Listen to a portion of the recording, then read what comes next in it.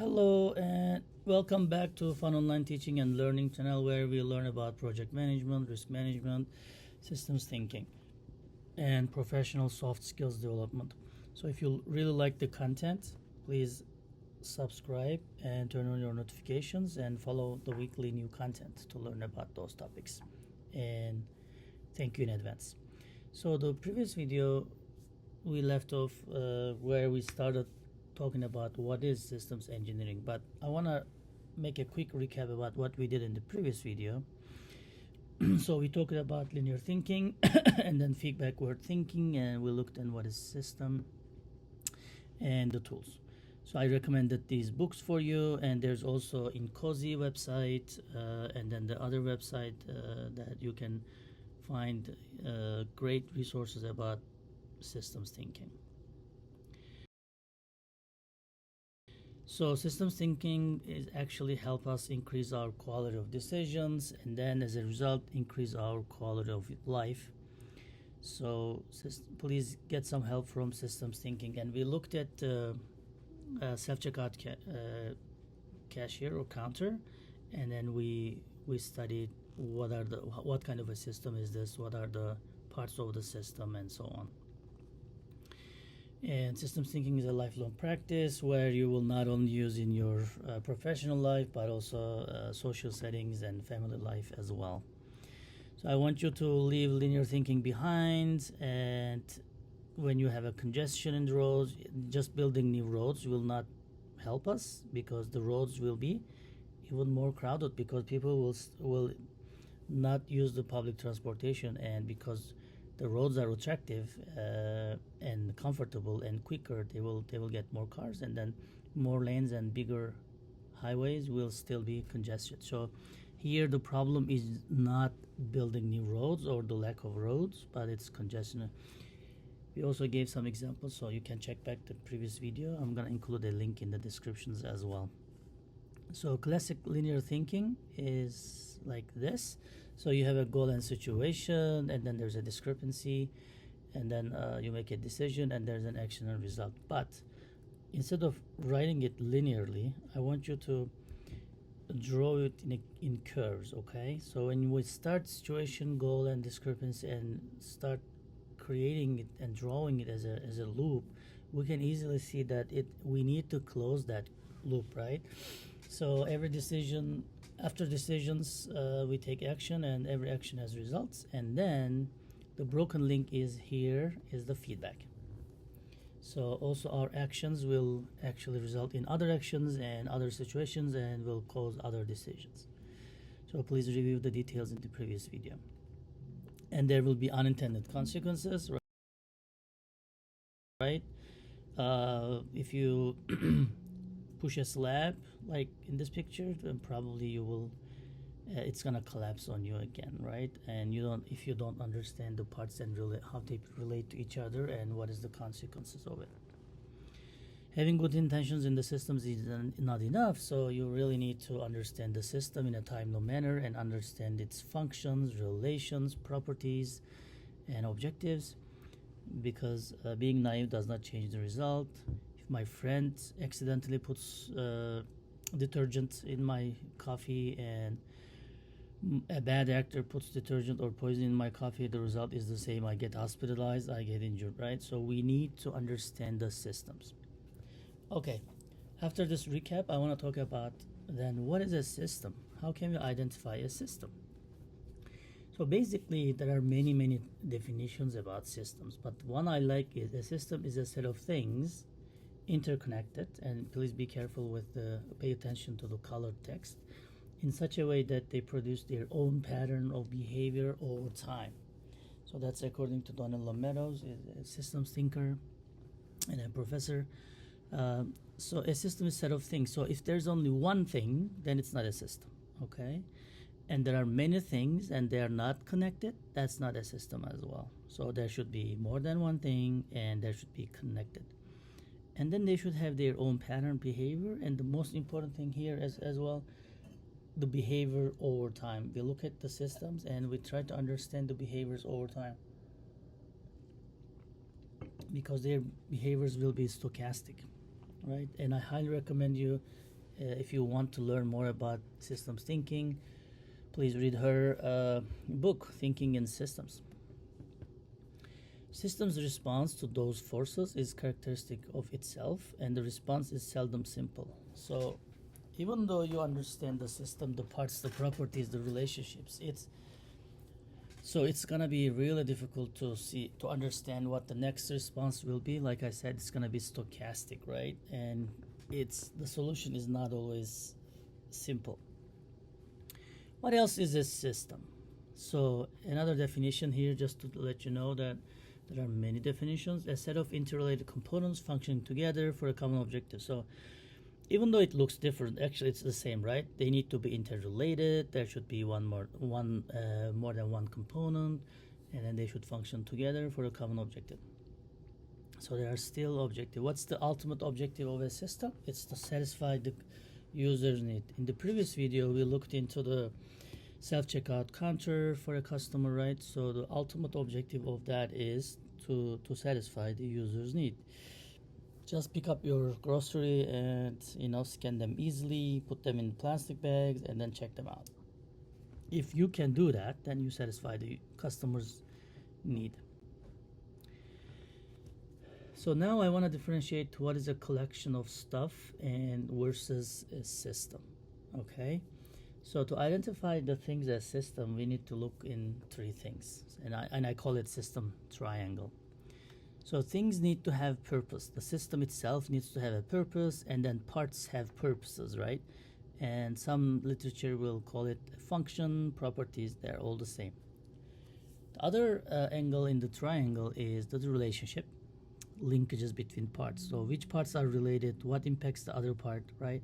So these are the questions you want to ask to understand the system. And again, being naive about the system doesn't change the outcome, right? If your employee doesn't know the system and make errors and make the company spend more time and money and effort on the things that they shouldn't spend more, then it's naive, right?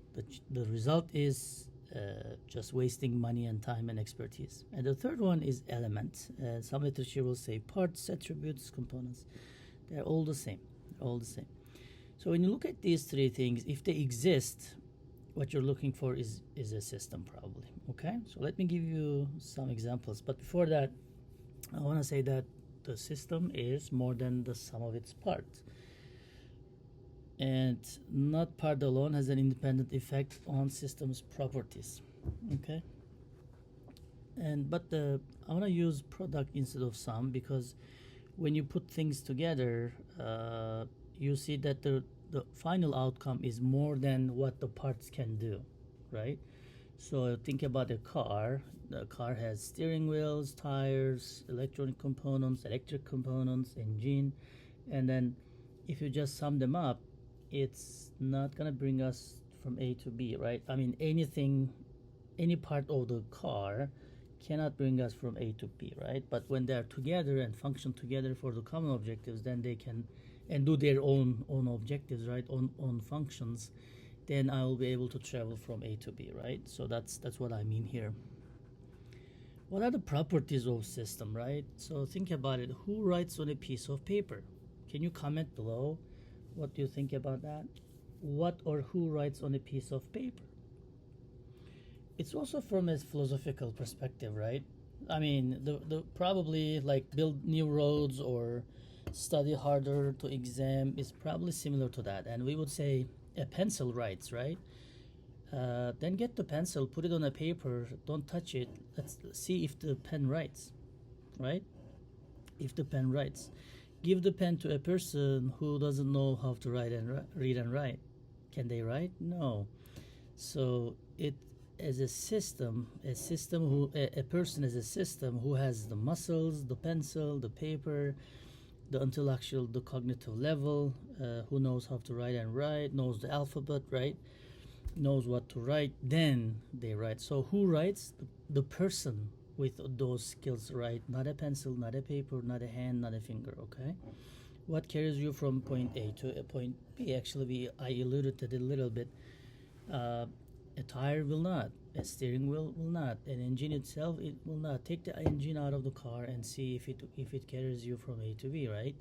So the car as an entire system can only carry us from point A to B. What is life? And who is living it? Well, the life is as a whole your system. Who is living it? You are living it. So sometimes in life we blame other people, right? Hey, that employer was bad. That city was not the best city that I can live.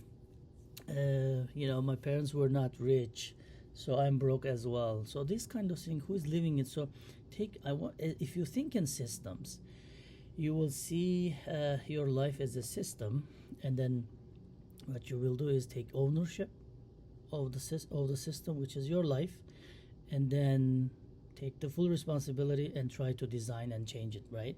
So the life is yours, no one else's. Everyone lives their own life.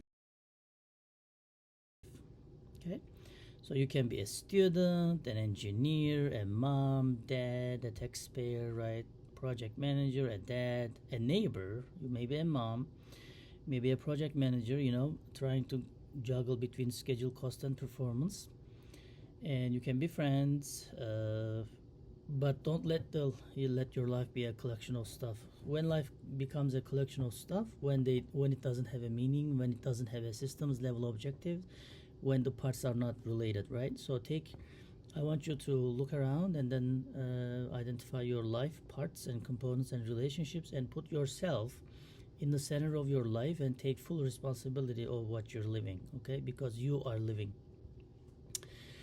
Okay, after that, what are the types of systems? There are many, many types of systems, but mostly engineers are interested in human modified or engineered system, right? We change and create systems as humans, right? There are also natural systems. It's evolved without human interaction. And then there's conceptual systems, static systems. Conceptual systems would be like math, right? When you do a dash, in math, a dash is a subtraction, right? When you do a cross in math, it's addition, right? So these are all symbols. What is even alphabet, right? These are all symbols that we all memorize, and then we agree that S is S, right? And then we all use it. So that's conceptual. And static is structural component whose state does not change, like a bridge, right? You can build a bridge and structural components doesn't change, meaning if there's a the wind blowing, and there's a rhythm, there's a resonance, then it may collapse, but meaning that the component is not changing over time, naturally or unnaturally. There are also physical systems manifested in physical forms, and there's dynamic combined structures with operating components.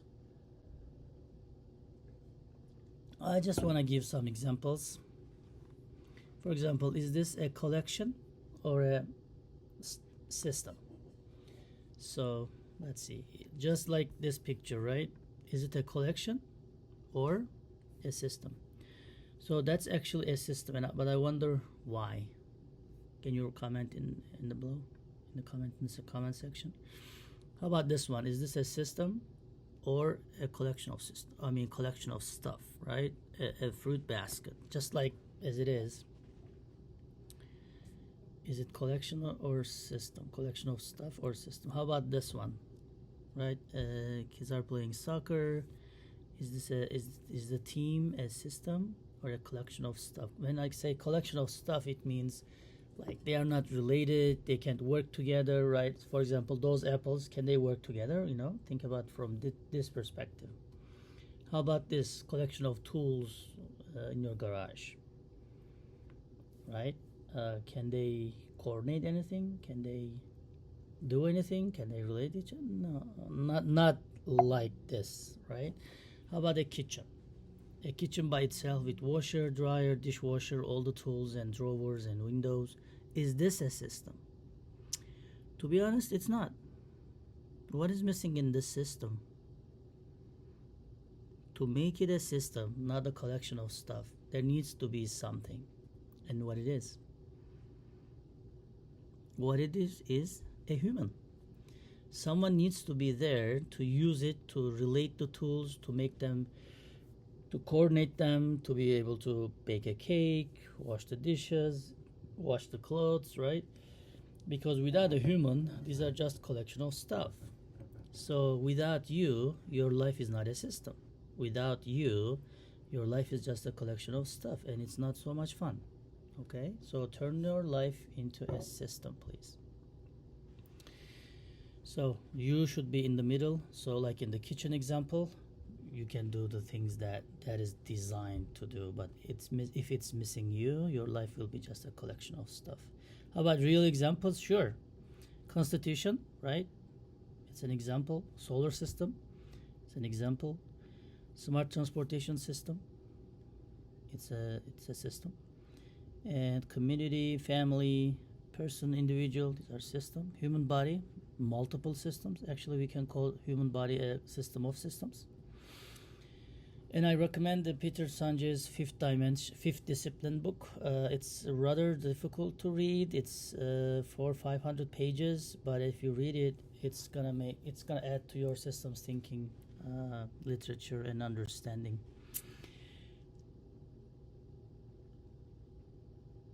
Then what is systems thinking? So after identifying the systems, we need to see what a systems thinking is. It's a way of seeing and understanding a situation that emphasizes both the parts and the relationships among the parts rather than the parts in isolation. Like I said, a tire, a steering wheel, an engine will not bring us from A to B. A car can, right? So it's the seeing and understanding both parts and their relationships, and also understanding that the parts are not in isolation, right? So that's systems thinking. And I want to pause it now here, and then I'll continue with more content next time. If you like the content and if you want more, please subscribe, and this will tell me that you want more, and turn on the notifications, follow our weekly content. And then thank you so much, and see you in the next video. Bye bye now.